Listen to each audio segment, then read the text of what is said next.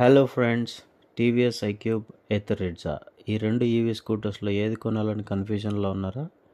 అయితే ఈ వీడియో మీకోసమే. ఈ వీడియోలో మనం ఈ రెండు ఈవీ స్కూటర్స్ యొక్క ప్రైజు, రేంజు, ఫీచర్సు, పర్ఫార్మెన్సు ఇలా అన్ని ఆస్పెక్ట్స్ గురించి కంపేర్ చేసి చూద్దాం.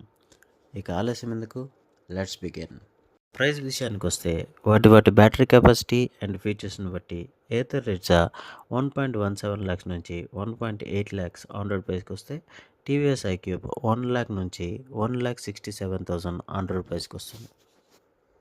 ఇక రేంజ్ విషయానికి వస్తే ఏథర్ రిడ్జా 123 కిలోమీటర్స్ నుండి 160 కిలోమీటర్స్ ఐడీసీ రేంజ్ని క్లెయిమ్ చేస్తే టీవీఎస్ ఐక్యూబ్ 90 కిలోమీటర్స్ నుంచి 145 కిలోమీటర్స్ ఐడీసీ రేంజ్ని క్లెయిమ్ చేస్తుంది.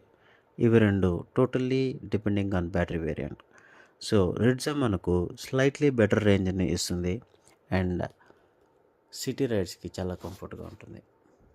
ఫీచర్స్ అండ్ టెక్ విషయానికి వస్తే రెండు ఈవీ స్కూటర్స్లోనూ 7-inch TFT టచ్ స్క్రీన్తో పాటు Bluetooth connectivity, smart features, navigations ఇస్తున్నారు. ఏథర్ రిడ్జాలో కొంచెం అడ్వాన్స్డ్ ఫీచర్స్తో ప్రీమియం లుక్లో ఉంటుంది. ఇక లుక్స్, సర్వీస్ విషయానికి వస్తే టీవీఎస్ ఐక్యూబ్ మంచి లుక్తో పాటు ఒక మంచి family scooter with different colour వేరియంట్స్లో వస్తుంది. ఏథర్ రిడ్జా మంచి స్టైలిష్ లుక్తో ఒక మంచి family scooter with different attractive colour వేరియంట్స్తో వస్తుంది.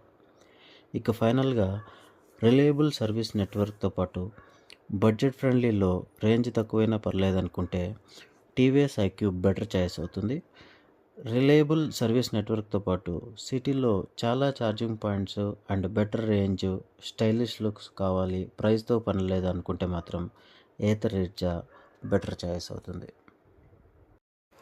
ఈ ఇన్ఫర్మేషన్ కనుక మీకు నచ్చినట్లయితే మరిన్ని వీడియోల కోసం అండ్ ఇన్ఫర్మేషన్ కోసం ప్లీజ్ షేర్, లైక్, సబ్స్క్రైబ్.